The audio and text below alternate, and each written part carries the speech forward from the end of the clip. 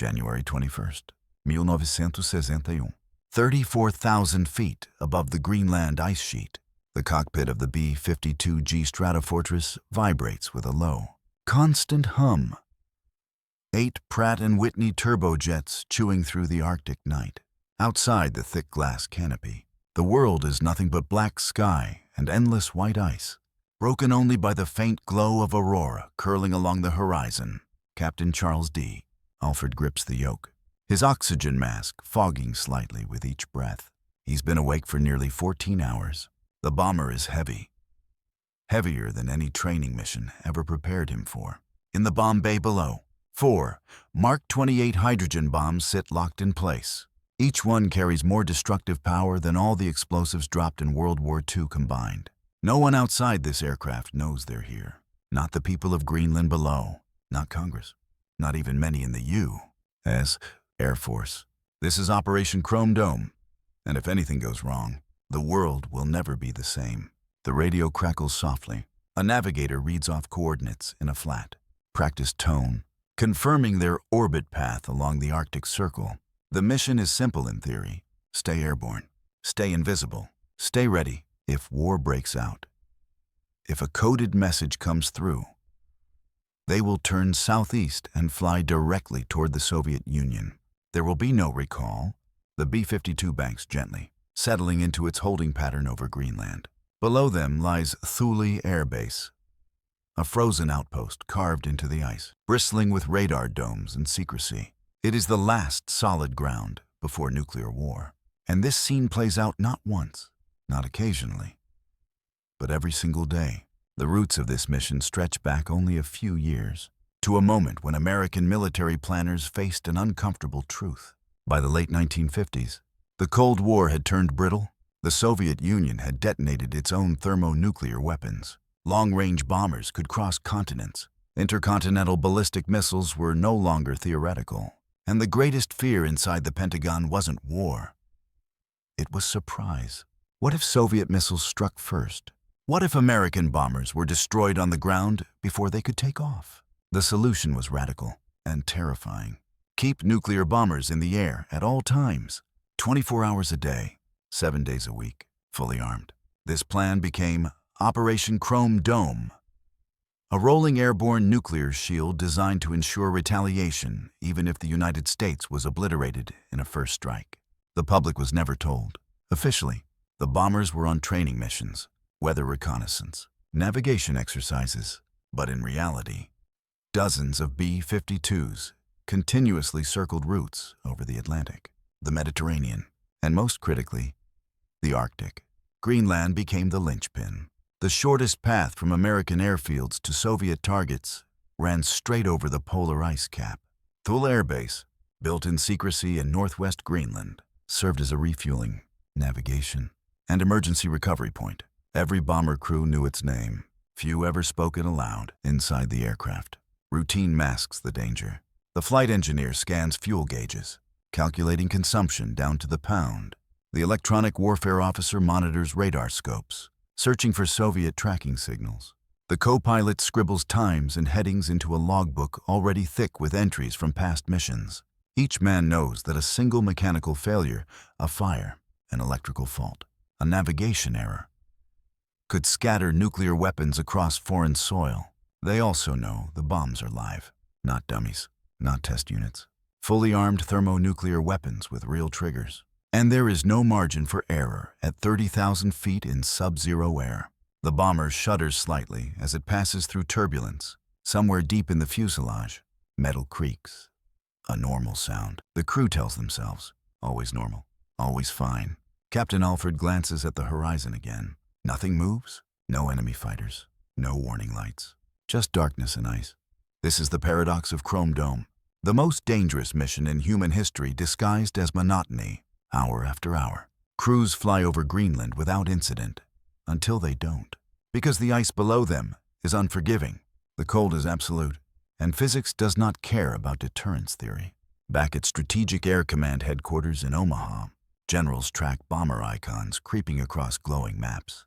They speak in calm, measured voices, confident that constant airborne alert keeps the peace. But every orbit increases the odds. every refueling midair, every electrical system cycling in the cold, every exhausted crew pushing through another Arctic night. The world assumes nuclear war would begin with a missile launch or a political crisis.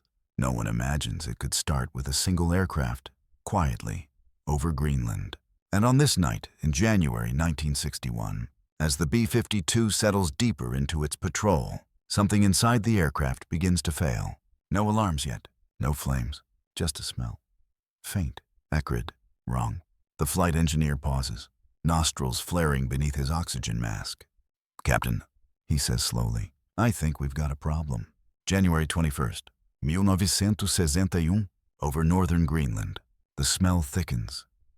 Sharp, chemical, unmistakable.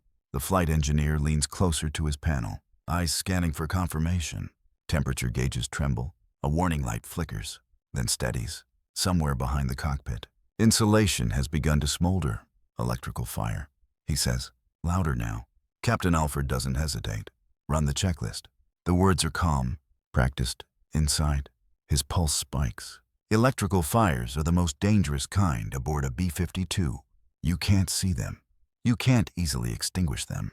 And in this aircraft, miles of wiring snake past fuel lines, hydraulic systems, and the bomb bay. The co-pilot pulls the laminated checklist from its clip. Step 1. Isolate the circuit. Switches snap off one by one. The hum of systems changes pitch as power reroutes. For a moment, the smell seems to fade. Then the temperature spikes again. Smoke begins to curl into the cockpit. Thin, gray, drifting like a warning no one wants to acknowledge. The navigator glances back, eyes wide, fires spreading. Below them, the Mark 28 bombs hang silently, unaffected. For now, each weapon is designed with multiple safety systems, but no engineer ever promised safety in the middle of an uncontrolled aircraft fire. Alford keys the radio. Thule Control, this is Hobo 28. We have an onboard fire. Request immediate diversion. The response crackles back through Arctic static. Hobo divdesmidaston. Thule copies. You are cleared direct approach. Winds calm. Runway lights coming up. Thule Air Base, the last lifeline. But the bomber is already in trouble. Fire-resistant insulation begins to fail. Smoke thickens, forcing the crew to tighten their oxygen masks. Visibility drops. Warning alarms cascade. Electrical failures stacking faster than the checklist can keep up. Then comes the moment every pilot dreads. A dull thump reverberates through the airframe. The aircraft shudders violently. The fire has reached critical wiring. Control systems degrade. The B-52, designed to limp home with damage, is losing that ability fast. Alford feels the yoke go slack. Controls are mushy, he says. She's not responding. Altitude bleeds away. The Arctic ice rises beneath them, featureless and lethal. Thule is still miles away. Strategic Air Command doctrine never imagined this scenario. Not truly. There is no manual for a burning nuclear bomber over a foreign land. The crew exchanges glances. They all know the unspoken question. Can they save the aircraft? Another explosion. Smaller. Sharper. Fire has breached the cabin floor. Heat climbs rapidly. At this point, landing is no longer an option. Alford makes the call. Prepare to abandon aircraft. The words hang heavy in the smoke-filled cockpit. There is no cheering. No dramatic pause. Just disciplined motion as each man snaps into survival mode. Parachutes are secured, ejection seats armed, classified materials stuffed into emergency destruction bags. But the bombs remain. There is no way to jettison them safely now. The aircraft is too unstable. Procedures forbid releasing nuclear weapons over land, especially Allied territory. The only option is to get the crew out, one by one. The men eject into the black Arctic night, bodies swallowed by wind and darkness. Parachutes blossom like pale flowers against the void. Captain Alford is last. He takes one final look at the instrument panel.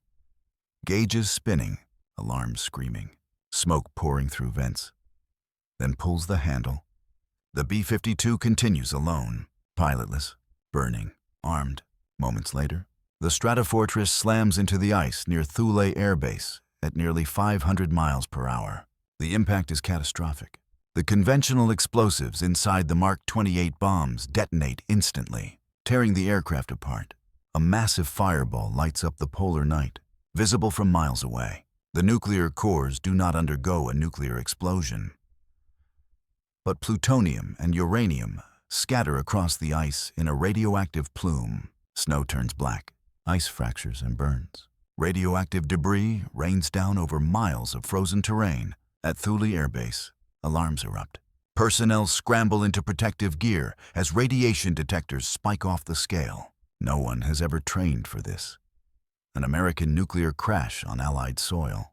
Within hours, Washington is alerted. Phones ring in the Pentagon. Strategic Air Command officers stare at situation reports in disbelief. A Chrome Dome bomber, the very symbol of deterrence, has failed in the worst possible way. And the public cannot know. Danish officials are told only fragments. Greenlandic workers are ordered into cleanup operations without full disclosure of the danger. Thousands of tons of contaminated ice will be scraped, packed into barrels, and shipped to the United States quietly. Official statements speak of a crash during a routine training mission. The truth remains locked behind classification stamps and silence. But inside military circles, the illusion of control has shattered. Chrome Dome was supposed to prevent nuclear war. Instead, it has just brought nuclear weapons crashing into the Arctic. And this was not the first close call, nor would it be the last. The Arctic wind erases evidence quickly, but not consequences. Within days of the crash near Thule, men in white protective suits swarm the impact site. Engineers, radiological specialists, intelligence officers flown in under sealed orders. They move across the ice in tight formations, Geiger counters clicking relentlessly as they mark invisible death in the snow. Every piece of debris is logged, every shard of metal photographed, every contaminated snowbank carved out and loaded into steel drums. Nothing is left to chance, because nothing can be. Inside one temporary command tent, a Strategic Air Command colonel stares at a map dotted with red pins. Each one marks a known Chrome Dome incident. Fires, fuel leaks, navigation errors, near collisions, emergency landings. The pattern is undeniable. Keeping nuclear weapons airborne around the clock is not just dangerous. It is statistically unsustainable. Yet the missions continue, because the alternative, in the minds of Cold War planners, is worse. Across the Atlantic, another B-52 crew is already airborne, refueling over the Norwegian Sea. Another bomber circles the Mediterranean. Another crosses the Canadian Arctic, following the same polar routes. Trusting machines that are aging faster than doctrine can adapt. The public still believes the Cold War is managed by calm hands and careful strategy. Behind classified doors, officers whisper a different truth. Deterrence is balanced on mechanical luck, and Greenland is only one chapter. 2 years earlier, January 24th, 1961, a different B-52 breaks apart over Goldsboro, North Carolina. This time, the failure happens at altitude over American soil. The aircraft disintegrates midair. 2 nuclear bombs fall free. One of them arms itself almost completely. Only a single low-voltage switch, not designed as a fail-safe, prevents a nuclear detonation. Later analysis will conclude that if that switch had failed, a multi-megaton explosion would have destroyed much of the eastern seaboard. The public is never told how close it came. The bomb is buried in a field. Part of it remains there to this day.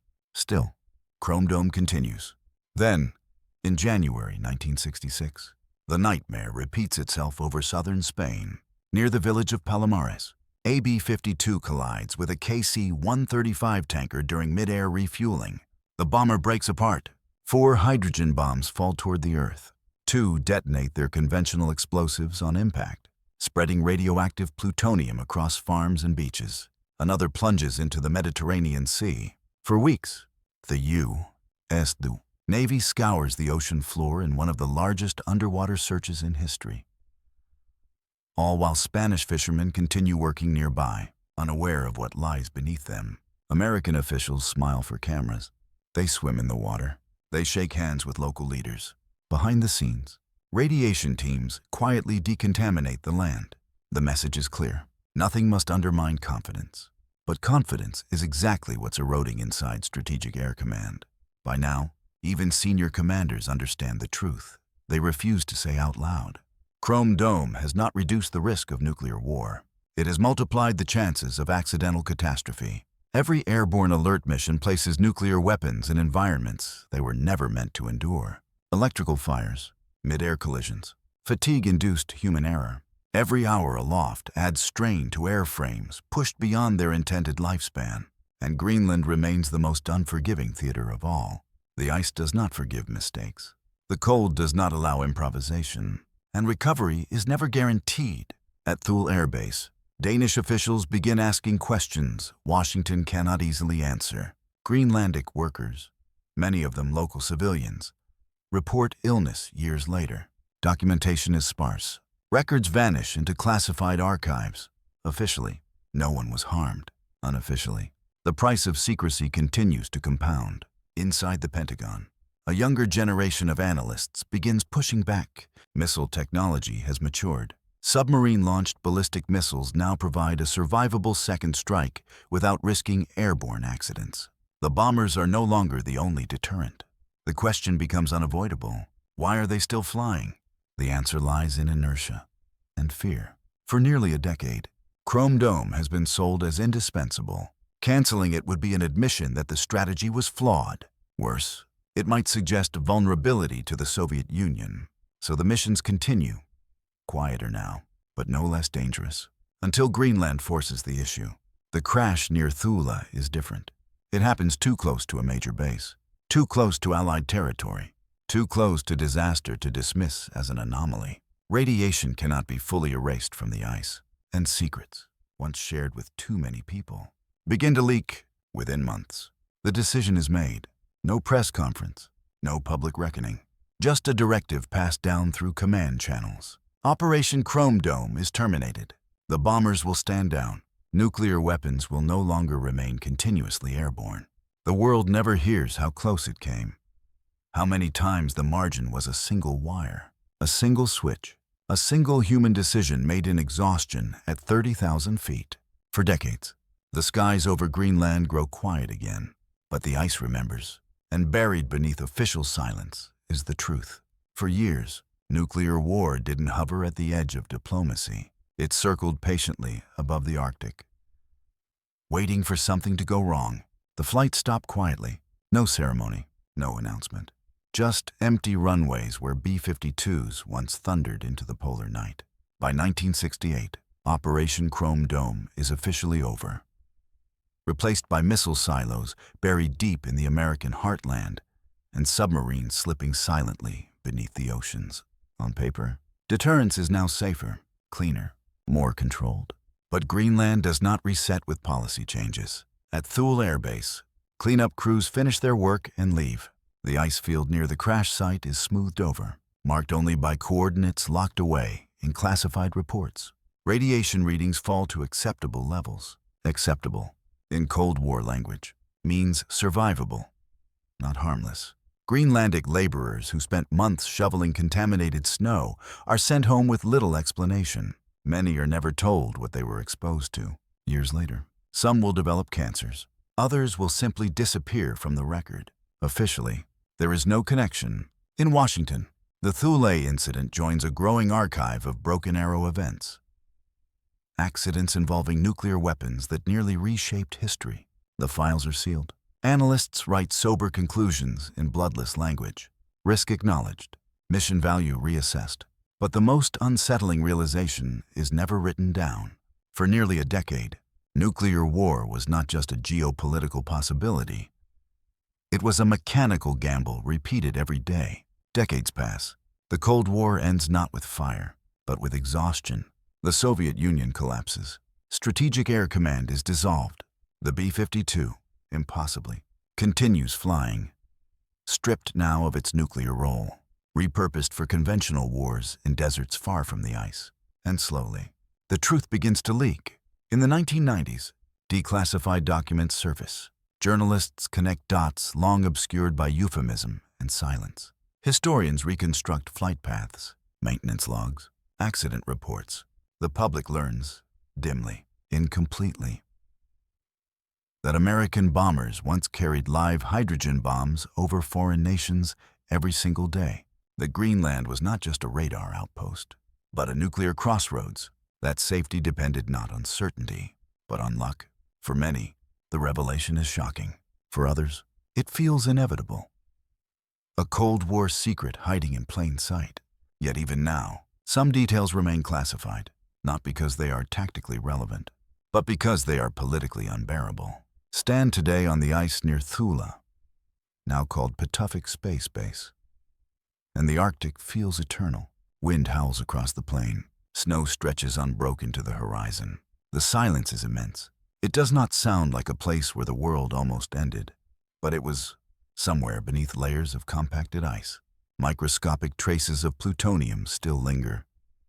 Reminders of a night when deterrence failed. But disaster stopped just short of finality. No monument marks the site. No plaque explains the risk. No official apology ever comes. Because admitting the full truth would require acknowledging something deeply uncomfortable. That the most dangerous moments of the nuclear age were not acts of aggression, but accidents. Not decisions made in anger, but routines carried out faithfully, day after day, by tired crews trusting fallible machines. Operation Chrome Dome did not end because it was immoral. It ended because it was unsustainable. Because sooner or later, probability catches up. Look back at that January night in 1961. A captain smelling smoke at 34,000 feet. A fire spreading invisibly through wires and insulation. A decision made with seconds to spare. The difference between history as we know it and a nuclear catastrophe was not strategy or diplomacy. It was a checklist, a parachute, and one aircraft failing in just the right way. For years, American bombers flew over Greenland every day, not as a show of force, but as a quiet admission of fear. Fear that deterrence might fail. Fear that warning would come too late. Fear that the only safety lay in never touching the ground at all.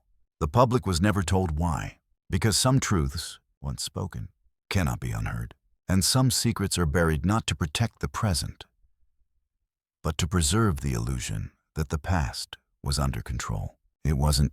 It never was.